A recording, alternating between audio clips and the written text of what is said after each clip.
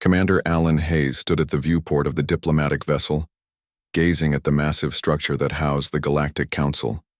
The space station was a marvel of engineering, a gleaming ring of metal and crystal that orbited a neutral star at the galaxy's center.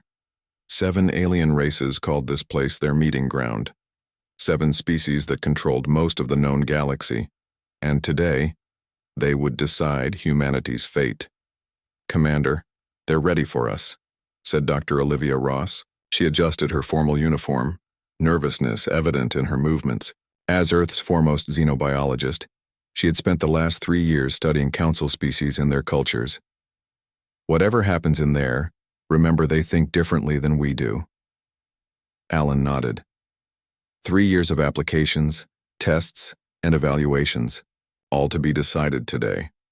He turned to the small delegation behind him. 6 humans representing Earth's united government, the best diplomats and scientists humanity could offer. Let's make a good final impression. The council chamber was vast, designed to intimidate with its soaring ceiling and massive semicircular table where the 7 council representatives sat. Each alien was dramatically different from the others. The bird-like Avari with their colorful plumage, the crystalline Threldan who sparkled under the lights, the massive 4-armed Durrani, the gaseous myth who floated in containment suits, the reptilian Saurak, the aquatic Oceani in their water tanks, and the telepathic Vox, who looked almost human except for their silver skin and oversized eyes.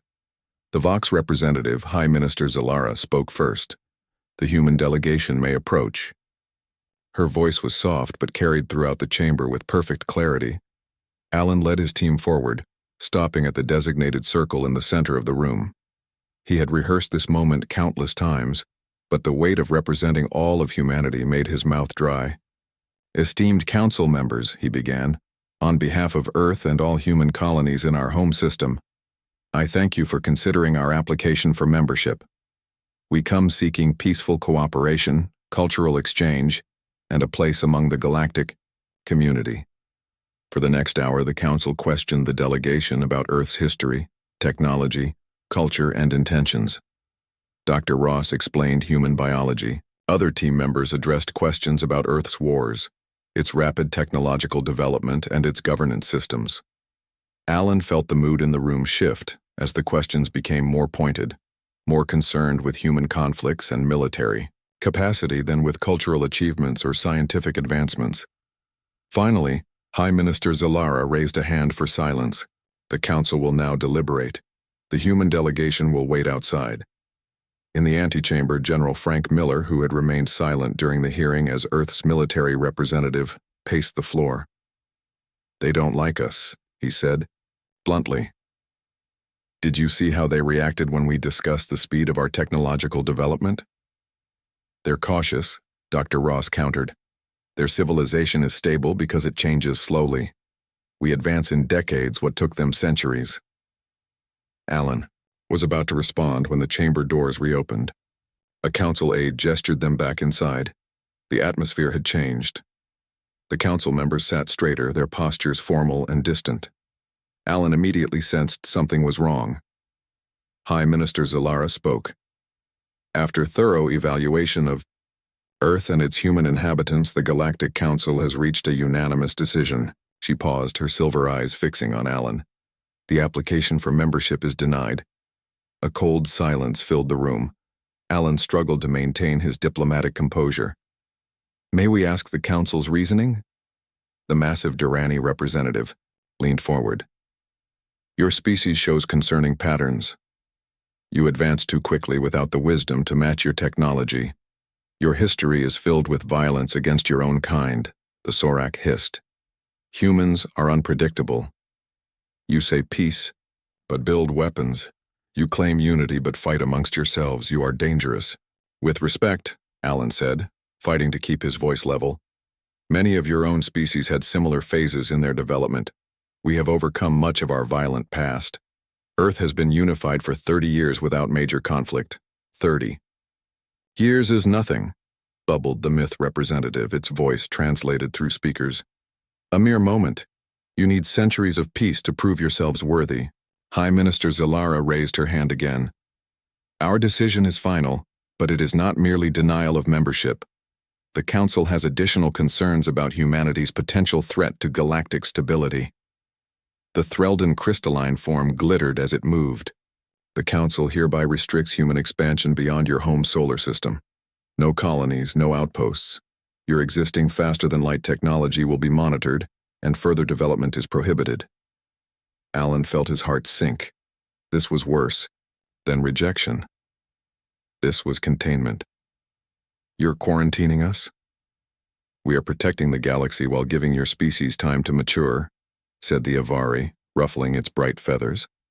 In a few centuries, you may apply again.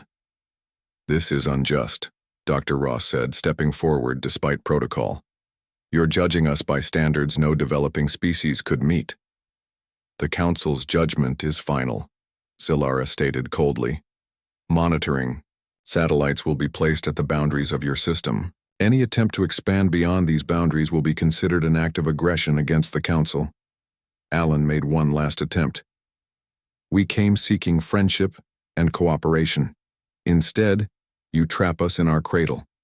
How can we prove ourselves worthy if you don't give us the chance to demonstrate our peaceful intentions? You have demonstrated enough, the Oceani gurgled through its translator. Your delegation is dismissed. Transport will be provided to return you to Earth. The restriction begins immediately. The journey back to Earth was silent and tense. The Council ship that carried them moved with cold efficiency, its alien crew avoiding interaction with the humans aboard. In the ship's conference room, General Miller finally spoke what they were all thinking. They fear us. Dr. Ross looked up from her datapad. Fear? They're the dominant power in the galaxy. Exactly, Miller said. And they've been comfortable for too long. We represent change, and they don't like it. Alan studied the stars through the viewport. What happens when we return? Earth was counting on Council membership for technological exchange, trade opportunities. We adapt, Miller said firmly. It's what humans do best. 2 weeks later, the United Earth government gathered in emergency session in Geneva. The news of the Council's decision had spread across the planet and its lunar and Martian colonies, causing waves of anger, fear, and defiance. Alan watched from the gallery as the world's leaders debated their response. Some argued for compliance, hoping to eventually change the Council's mind. Others demanded resistance, suggesting Earth should build up its military, despite the Council's restrictions. General Miller's voice cut through the debate. We need a third option. The Council expects either submission or rebellion. Let's do neither. The room fell silent as Miller outlined a daring plan. Secret construction of long-range ships, carefully planned exodus beyond Council monitoring, establishment of human colonies in unexplored regions of the galaxy. They call it Operation Exodus, Alan told Dr. Ross later that night as they walked along Lake Geneva. Selected groups of colonists, scientists, engineers, military personnel, farmers, teachers. Everything needed to start over. It's dangerous, she said quietly. If the Council catches us, if we stay, we stagnate, Alan replied. Trapped in our system while the Council decides if we're worthy of freedom. Above them, stars glittered in the night sky. Among them, invisible to the naked eye, Council satellites watched Earth's every move. How long until the ships are ready? Olivia asked. 6 months for the first wave. We'll need to be careful, patient. She nodded slowly. Cast out by the Council, but maybe that's our opportunity, not our punishment. Alan looked up at the stars, that had just become both a barrier and a promise. They think they're containing us, instead they might have just set us free. 5 years had passed since Earth's rejection by the Galactic Council. Captain Lisa Blackwood stood on the bridge of the colony ship Pathfinder, watching the stars through the main viewport. Around her, the crew worked quietly at their stations. They had been traveling for 2 years, far beyond the reach of Council monitoring. Captain, we're approaching the Proxima Centauri system, said the navigator. All ships in the flotilla report ready for deceleration. Lisa nodded. Behind the Pathfinder followed 26 other ships carrying a total of 50,000 humans. Scientists, soldiers, farmers, teachers, doctors, engineers. A careful selection of people with the skills to build a new home. Send the signal. To begin deceleration, she ordered. And contact Sam Doyle. I want to know if the improved drives held up as expected. Sam was already waiting in the engine room when Lisa arrived. His workspace was cluttered with tools and parts, diagrams floating on multiple screens around him. Though only 36, his hair was already streaked with gray from stress and hard work. The new FTL drives performed better than expected, Sam said with pride. We shaved 8 months off our projected travel time, and fuel efficiency is up 20%. The council would be furious, Lisa remarked. Not only did we escape, but we improved their technology. Sam grinned. They thought giving us basic FTL drives under strict supervision would keep us in line. They didn't account for human curiosity and creativity. Or desperation, Lisa added. How long until the drives are ready for the next jump? We can't stay in this system forever. A month for basic maintenance. But I have something else to show you. Sam led her to a small lab off the main engine room. Inside, strange components lined the walls. Parts that looked nothing like standard human or council technology. What am I looking at? Lisa asked. The future, Sam replied. I've been combining council tech with our own designs. These hybrid systems are 40% more efficient and twice as durable. Lisa stared at the components. Can you replicate these? With the right resources, yes. We just need to find them. 3 months later, the human flotilla had established a basic colony on Proxima Centauri b. Prefabricated structures dotted the landscape, connected by temporary roads. It wasn't Earth, but the planet was habitable with proper protection from the higher radiation levels. Most importantly, it was beyond council space. Maria Garcia sat in a makeshift meeting room with the colony's leadership council. As the settlement's chief diplomat, she had been tracking communications from Earth and scanning for any signs of other civilizations. We've detected unusual energy signatures from a nearby system, she reported. It's not council technology, but it's definitely artificial. Lisa Blackwood studied the star charts. How far? About 2 weeks at our current FTL capacity, Maria answered. The system has several resource-rich planets according to our scans. Could be other human refugees, suggested one of the council members. We weren't the only ships to slip away. Or it could be another alien species, Maria said. Either way, we should investigate. If it's humans, we reunite. If it's aliens, we need to know if they're friendly or hostile. Lisa didn't hesitate. Prepare the Pathfinder for exploration. Sam's new drives should be ready for testing anyway. 2 weeks later, the Pathfinder entered an uncharted star system. 3 planets orbited a yellow sun similar to Earth's. The second planet showed signs of civilization, artificial structures visible even from orbit. No response to our communications, reported the communications officer. I'm detecting unusual ships in orbit, said another crew member. Design unknown, not council standard. Lisa made her decision. Send down a shuttle with a small team. Maria, you're in charge. First contact protocols. Defensive posture only. The shuttle landed on a flat plain about a mile from the nearest structure. Maria led her team of 5 across the rocky terrain, scanners alert for any sign of danger. The structures turned out to be mining facilities, efficient, practical designs that extracted minerals from the planet's surface. As they approached, figures emerged from the nearest building. Maria stopped, raising her hands in the universal gesture of peace. The aliens did the same. They were insectoid, standing about 5 feet tall, with 4 arms and compound eyes. Their exoskeletons shimmered with a bluish tint.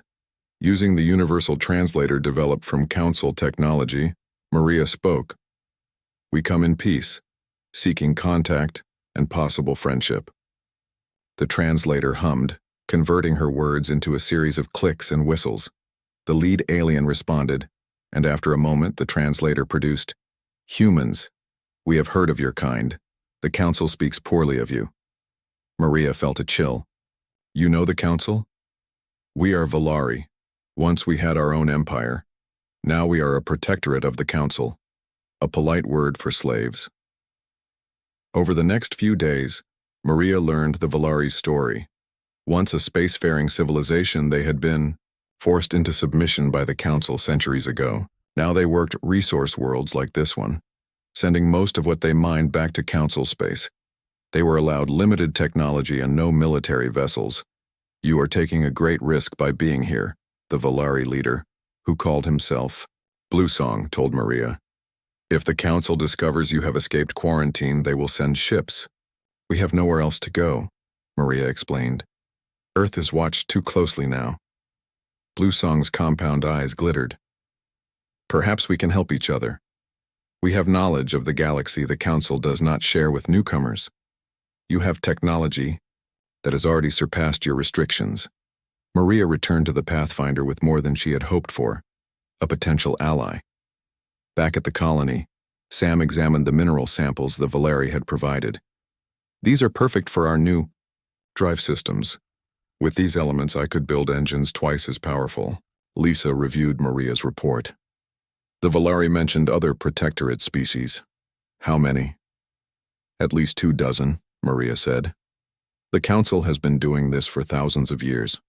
Find a rising civilization, determine if they're a threat or useful, then either quarantine them like us or subjugate them like the Valari.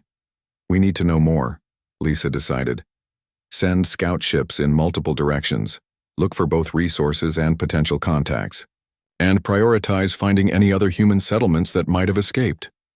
1 month later, the scouts returned with surprising news. 3 other human colonies had been established in nearby systems. Each had escaped Earth in different ways, carrying between 5 and 20,000 colonists. They slipped through the monitoring net just like we did, explained the scout leader. Different routes, different technologies, but the same goal. Freedom from council restrictions. Lisa called an emergency meeting with colony leaders and the newly contacted human settlement representatives, connected via secure communication channels. We have an opportunity, she told them. The council believes us contained, but here we are, scattered across multiple systems. We have new allies in the Valari. We have resources they don't expect us to have. What are you suggesting? Asked one of the other colony leaders. That we build something new, not just survival colonies, but a network. Trading resources, sharing technology, establishing a human presence beyond council control. Sam Doyle spoke. With the combined engineering teams from all settlements, we could accelerate our technological development exponentially, Maria added. And with the Valari's knowledge of council space and other species, we could find more allies. As the meeting continued into the night, plans were made and a vision took shape. Cast out by the council, humanity would not simply survive in exile. They would thrive. They would build. They would grow. And one day, perhaps, they would return. Not as supplicants begging for acceptance, but as equals demanding respect. 15 years had passed since humanity's first colonies were established beyond council space.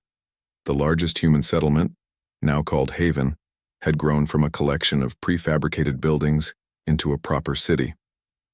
Governor Jack Turner looked out from his office window at the bustling streets below. What had begun as an act of desperate survival had become something much greater. Governor, the delegates from the Valari and Nexar systems have arrived, his assistant announced. Jack nodded. Show them to the conference room. Dr. Wright is already waiting. The conference room occupied the top floor of Haven's administrative building. Through its wide windows, visitors could see not only the city but the shipyards beyond, where vessels of human design were under construction. Dr. Ella Wright stood near a display table, reviewing data on her tablet.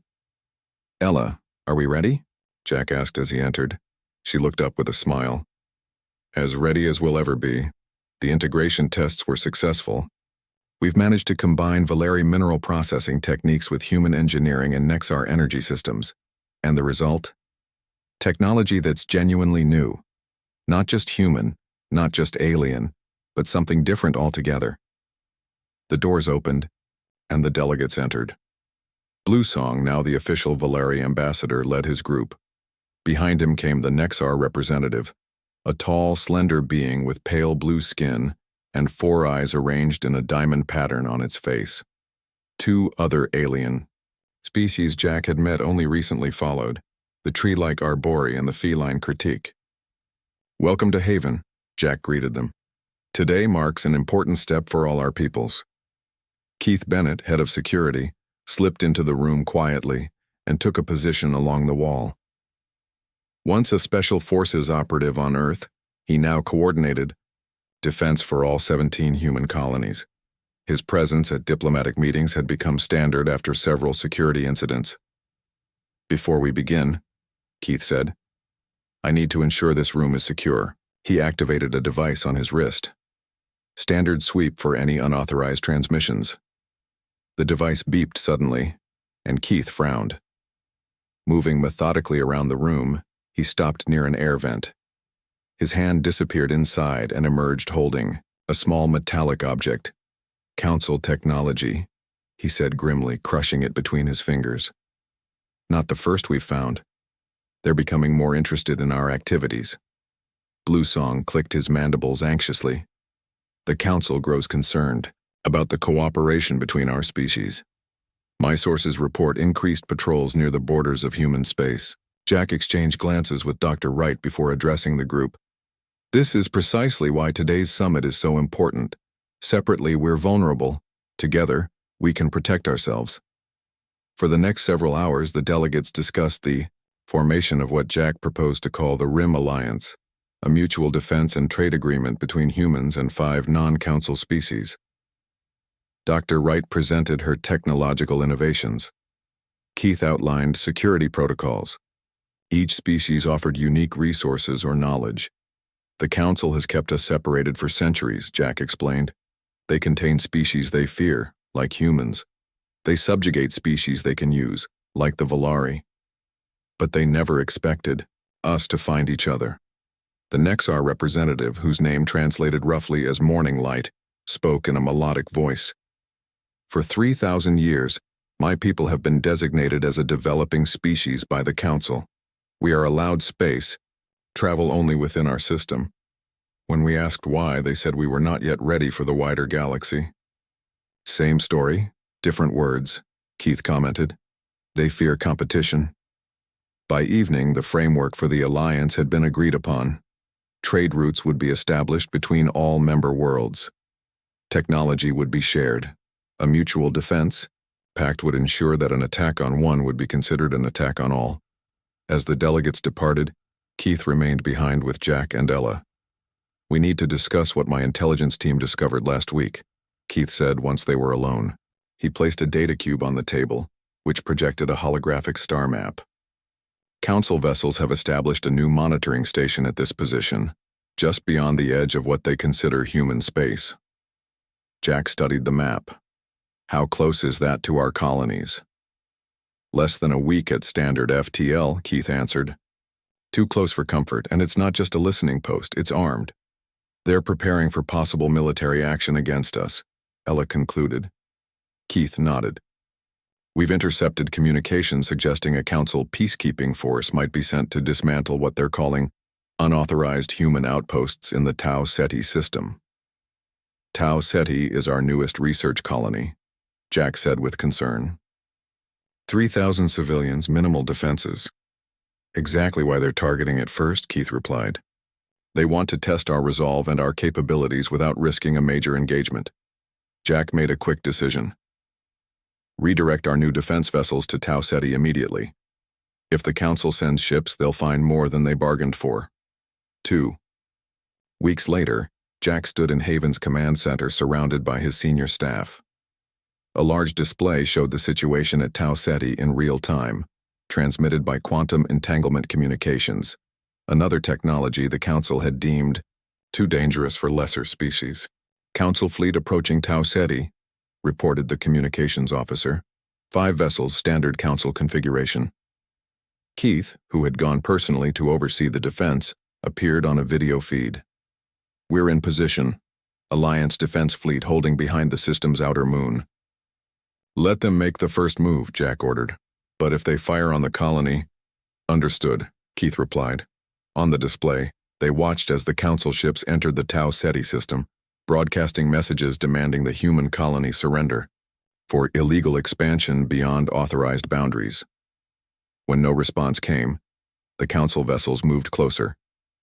Then suddenly, 6 Alliance ships emerged from hiding. 3 human vessels with experimental shield technology, 2 Valari ships, optimized for speed, and 1 massive Nexar vessel with weapons Keith's team had helped design. Council vessels are scanning our ships, Keith reported. They're trying to identify the configuration. Jack smiled grimly. They won't find it in their database. The standoff lasted for nearly an hour. Finally, the Council Fleet Commander opened a channel. Unidentified vessels, this is Council Enforcer Zalax. You are interfering with Council business. Withdraw immediately or face the consequences.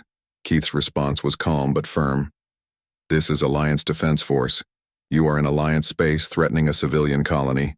It is you who should withdraw. Alliance?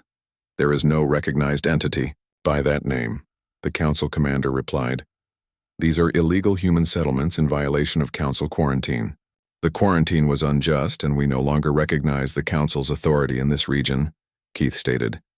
This is your final warning. The Council responded by firing a warning shot near one of the human vessels. What happened next would later be analyzed by military historians throughout the Alliance. The human ships, instead of retreating, executed a complex maneuver that positioned them between the Council fleet and the colony. The Valari vessels darted forward with unexpected speed, targeting the Council ships' sensor arrays with precision strikes. The Nexar vessel unleashed an energy pulse that temporarily disabled 2 Council ships. The entire engagement lasted less than 15 minutes. When it was over, 3 Council ships were disabled, 1 was retreating, and 1 was calling for terms. Back in Haven, the command center erupted in cheers. They're withdrawing, Keith reported, his usually stoic face showing a hint of a smile. And they're taking some interesting data back with them about our technological capabilities. Or lack thereof, Dr. Wright added. Their scans would have shown energy signatures they've never seen before. Hybrid technologies they can't easily counter. Jack nodded thoughtfully. This is just the beginning. The Council won't take this defeat lightly. They'll return with a larger force next time. And we'll be ready, Keith assured him. Every month, our position gets stronger. More colonies, more ships, more allies. More importantly, Ella said, we're innovating faster than they are. The Council has been technologically stagnant for centuries. They rely on their established advantages. We're creating new advantages every day. As the staff dispersed to their duties, Jack remained in the command center, looking at the star map that now showed Alliance territory, 17 human colonies and the homeworlds of 5 allied species, a growing network of free worlds united, not by conquest but by mutual respect and cooperation. Cast out by the Council, humanity had not only survived but had begun to forge something new among the stars, an alliance of equals that might one day challenge the very power that had rejected them. 30 years had passed since humanity's exile from Council space. Admiral Paul Harrison stood on the bridge of the Alliance flagship Defiance, watching as his fleet assembled for training exercises. The view screen showed over 200 ships, of various designs, some human, others from the many species that had joined the Alliance over the years. The Alliance now included 23 different species and controlled nearly a quarter of the known galaxy. What had begun as a desperate attempt at survival had grown into a powerful coalition that openly challenged Council authority. Admiral, we're receiving a priority message from Intelligence Director Foster, reported his communications officer. Paul nodded. Put her through to my ready room. Diane Foster's face appeared on the screen as Paul entered his private office adjacent to the bridge. Her expression was serious, lines of concern visible around her eyes. Paul, our deep cover agents, have confirmed our suspicions, she began without preamble. The Council is planning a major offensive against Alliance territory. They're assembling a fleet 3 times the size of anything they've sent against us before. Paul frowned. Timeline? 3 months, possibly less. They're gathering forces from across their territory. Diane forwarded several data files to his terminal. These are the projected attack vectors. They're planning a multi-pronged assault, targeting our key production and research facilities. Paul studied the data. They're finally taking us seriously. Too seriously, Diane replied. Council propaganda now portrays humans as dangerous warmongers corrupting peaceful species. They're framing this as a peacekeeping action to protect the galaxy from our influence. While we've been busy accepting refugees from their oppressive regimes, Paul said with a hint of anger. Have you informed Greg about this? He's already adjusting his diplomatic missions accordingly. He thinks this might actually work in our favor with some of the neutral systems. Greg Chen had become the Alliance's most effective diplomat. His current mission involved traveling to Council Protectorate worlds, offering them membership in the Alliance and the freedom that came with it. Keep me updated on any changes, Paul said. I'll accelerate our readiness training and reposition our defensive fleets. After ending the call, Paul returned to the bridge and studied the ships before him. The fleet had grown tremendously since the first skirmish at Tau Ceti 15 years earlier. Alliance vessels now incorporated technologies from multiple species, creating capabilities the Council had never seen before. 2 weeks later, on a planet designated Harmony, Greg Chen met with representatives from the Krell, a species that had been under Council protection for over 5 centuries. The meeting took place in a secured underground facility, away from the watchful eyes of Council observers. The Council has limited our technological development for generations, said the Krell elder, a tall being with iridescent scales and 4 arms. They claim it is for our own safety, yet they take our resources and give little in return. Greg nodded sympathetically. The Alliance was formed precisely to counter such injustices. We believe all species should determine their own path of development. But joining you would mean war, another Krell official stated. The Council would never allow us to leave their protection. The Council is already planning war against the Alliance, Greg replied calmly. Whether you join us or not, conflict is coming. The question is whether your people will face it as free beings or as continued subjects. The Krell representatives looked at each other, their scales shifting colors as they communicated in their species' visual language. We will need to consult with our leadership council, the elder finally said. But know this, many among us have long dreamed of freedom from council oversight. As Greg departed the planet on his diplomatic vessel, he received an urgent transmission from Diane Foster. Greg, we've made contact with a potential ally within the council itself, she said, her voice tight with excitement. The Zeraxians have reached out through a secure channel. Greg couldn't hide his surprise. The Zeraxians were one of the 7 founding council races known for their advanced technology and strict adherence to council doctrine. What do they want? To talk.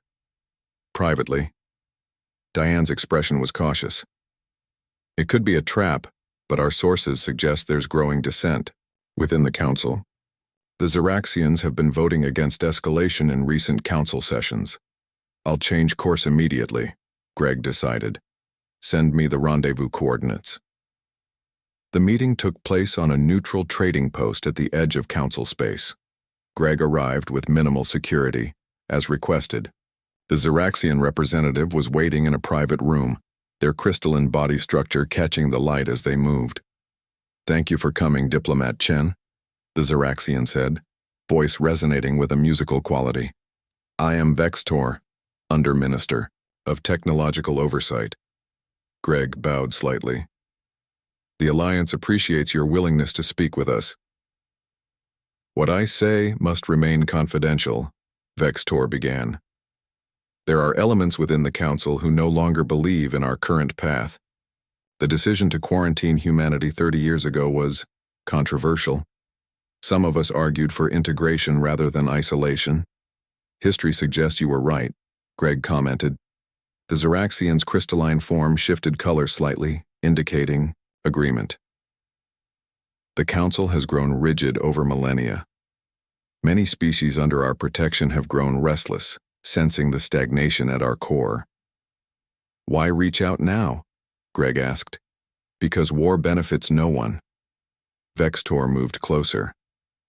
But there is something else you should know. Something few outside the highest levels of the Council are aware of. The Xeraxian produced a small device and activated it. A hologram appeared showing complex technical schematics. What am I looking at? Greg asked. Council technology given to protectorate species and member races. Notice anything unusual? Greg studied the designs, drawing on his knowledge of Alliance technology. After a moment, his eyes widened in realization. These systems have artificial limitations built into them, deliberate inefficiencies. Precisely, Vextor confirmed. For thousands of years, the Council has provided technology to other species, but always with hidden restrictions, always keeping them dependent and technologically inferior. But why? Control.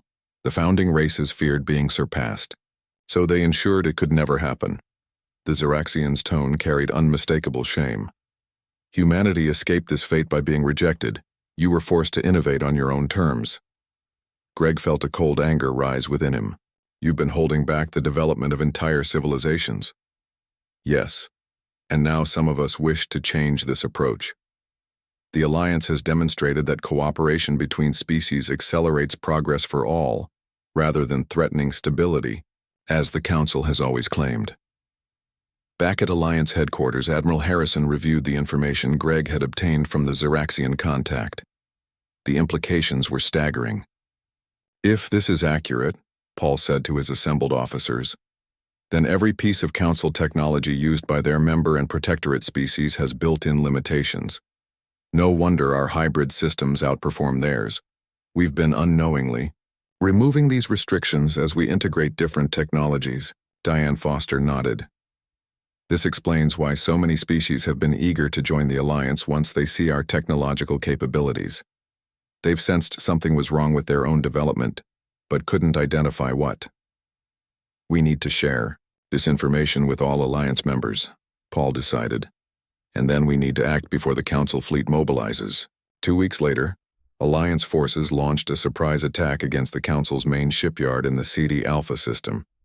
Using tactics developed by Admiral Harrison that combined human ingenuity with the unique capabilities of multiple Alliance species, the attack caught the Council completely unprepared.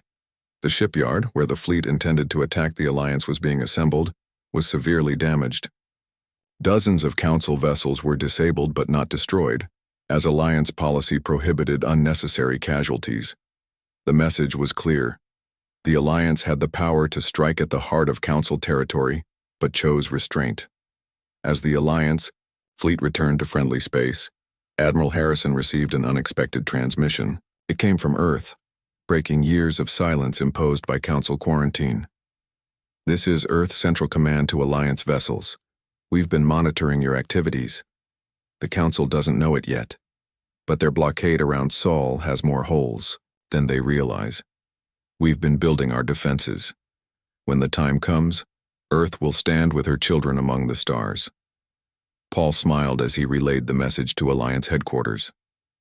Humanity, once cast out and abandoned, had not only survived but had transformed the galaxy. And now their homeworld was ready to join the fight for a new order among the stars. 50 years had passed since humanity's exile. What had begun as a desperate escape from Council restrictions had transformed into the Galactic Federation, an alliance of over 60 species that now controlled more than half the known galaxy. 3 of the original 7 Council races had defected to join the Federation, leaving the once mighty Council fractured and diminished. President Dana Ward stood at the window of her office on New Earth, the Federation's capital world. At 62, she had spent most of her life in space, born on one of the first colony ships that fled Council space. Now she was the first democratically elected leader of the largest interstellar government in known history. Madam President, Ambassador Collins has returned from the peace talks, her aide announced. Dana turned from the window. Send him in immediately. Roy Collins entered the office with the confident stride of a man who had spent decades in diplomatic service. Though approaching 70, he remained sharp and energetic, his eyes bright with excitement. They've accepted our terms, he announced without preamble. The remaining council races have agreed to recognize the Federation's territory and sovereignty. Dana sat down at her desk, relief washing over her face. All of the terms? Everyone, Roy confirmed. They'll dismantle their remaining military outposts along our borders. They'll release all protectorate species to determine their own futures. And they've agreed to share their complete technological database as reparations. Including the archives? Dana pressed. Roy nodded. Including the archives. That was the sticking point, but after our last demonstration of power, they realized continued resistance was futile. The demonstration had been a Federation operation that disabled the Council's central communication network for 12 hours without firing a single shot. A display of technological superiority that made it clear further conflict would only end one way. We should inform Director Lee immediately, Dana said. Her teams will want to begin analyzing the archives as soon as they're transferred. Angela Lee was the head of the Federation's Scientific Advancement Initiative. Under her leadership, cross-species research teams had created breakthroughs in energy production, medicine, transportation, and countless other fields. The combination of human innovation with the knowledge and abilities of dozens of alien species had accelerated technological progress beyond what any single civilization could have achieved alone. Later that day, Dana, Roy, and Angela gathered in the Federation's main conference room, along with representatives from 20 key member species. The mood was one of cautious celebration. The peace agreement will be formalized next week, Dana announced to the Assembly. After 50 years, the conflict that began with humanity's exile will officially end. The Valari representative, a descendant of Bluesong from the first contact days, clicked his mandibles in approval. From survival to victory, a remarkable journey for all our peoples. Not victory, Dana corrected gently. Peace, a chance for all species to develop without artificial constraints. Angela Lee, who had been reviewing data on her tablet, looked up with a troubled expression. Madam President, my team has begun preliminary examination of the Council archives they sent ahead as a gesture of good faith. We've found something concerning. The room fell silent as Angela connected her tablet to the main display. Ancient star charts appeared, along with complex text in the original Council languages. These records date back to the founding of the Council, over 15,000 years ago, Angela explained. They reference something called the Awakening, an event the founders believed would eventually occur. Roy leaned forward, studying the images. What kind of event? As best we can translate, it describes the return of an ancient species that once dominated the galaxy, a species the founders called the Shapers. According to these records, the Shapers entered some form of dormancy after seeding the galaxy with life, but left indicators they would someday return. Dana frowned. Are you saying the Council was founded in response to this potential threat? Not just founded, Angela said grimly. Everything they did, the technological restrictions, the careful management of developing species, the quarantine, protocols, it was all designed to prevent any civilization from becoming too advanced or expansive, to avoid triggering the return of these Shapers. The room erupted in discussion, representatives of various species talking over each other until Dana raised her hand for silence. Let me understand this clearly, she said. For 15,000 years, the Council has been restricting the development of countless species because of a threat that may not even exist? The evidence suggests they truly believed in this threat, Angela replied. There are detailed reports of archaeological findings, anomalous energy signatures, and what they interpreted as warning signs. And they chose to face this potential threat not by preparing but by hiding? Roy asked incredulously. By keeping the galaxy quiet, the Xeraxian representative interjected. The theory was that advanced technology and expansion might serve as a beacon that would hasten the awakening. Dana stood walking slowly around the table as she considered the implications. So our rapid expansion, our technological innovations, our unification of dozens of species under the Federation banner may have done exactly what the Council spent millennia trying to prevent. Angela finished softly. For a moment, Silence filled the conference room. Then, surprisingly, laughter came from the Durrani representative, one of the species that had defected from the Council to join the Federation. So humanity may have awakened ancient gods, the massive four-armed alien rumbled. How fitting.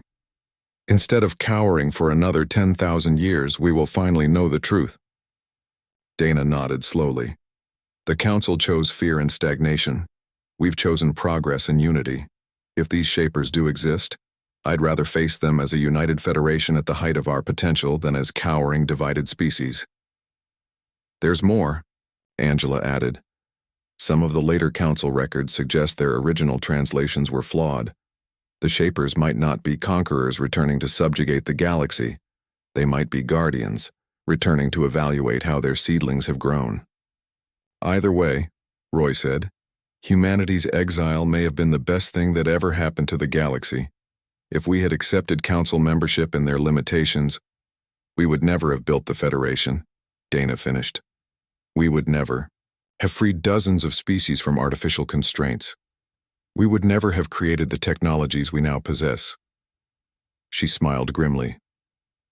Cast out by the Council, humanity forged an empire among the stars, one that might now face its greatest challenge. 1 month later, unusual energy readings began appearing throughout Federation space. Ancient structures, dormant for millennia, activated on worlds long thought uninhabited. Strange vessels of impossible design emerged from the spaces between stars. The Federation, unlike the Council before it, did not hide. They did not cower. They reached out with a message of peace but prepared for any response. On the bridge of the Federation flagship, now commanded by the son of Admiral Harrison, a message was received. A complex transmission unlike anything their systems had encountered before. For days, the best minds in the Federation worked to decode it, combining the analytical abilities of a dozen different species. When they finally succeeded, the message was simpler than anyone expected. The Mao. Children have grown. The test begins. Show us what you have become. President Dana Ward addressed the Federation in a historic broadcast. 50 years ago, humanity was judged unworthy by the Council and cast into exile. Today, we and all our allies face judgment again, not from the Council, but from the ancient beings they feared. But we are not the same frightened species that accepted the Council's verdict. We have built something unique in this galaxy. Not an empire of conquest, but a federation of equals, stronger together than any could be alone. This was the true purpose of our journey among the stars. Not merely to survive exile, but to forge a new path, a better path. And whatever these shapers may be, whatever test they set before us, we will face it together. As we have faced every challenge since that day, long ago, when we refused to accept the limits others placed upon us. Cast out by the Council, we forged an empire among the stars. Now we shall show the universe what that truly means.